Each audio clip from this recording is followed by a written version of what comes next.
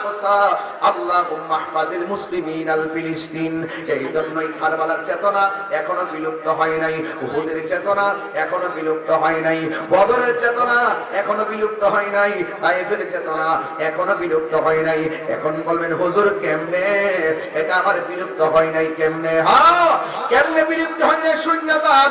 ওই তায়েফের জমিনে আমার নবীরে তায়েফের যুবক ছেলেরা আমার নবীরে পাথর মারছে, যেই নবীর বদন মুবারকে একটা মশা মাছি বসে নাই।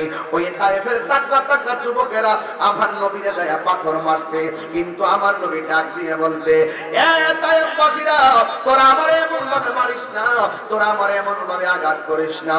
আর আমার যেহেতু মারতেছস, আমার যেহেতু রক্ত জড়াইতাছো, এই কথাটা মক্কার কাউরে জানাও না, জানাইলে তারা আরো বেশি আনন্দ পাবে।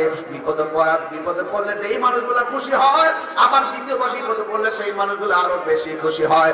এই জন্য এদের কাছে জানাইও না।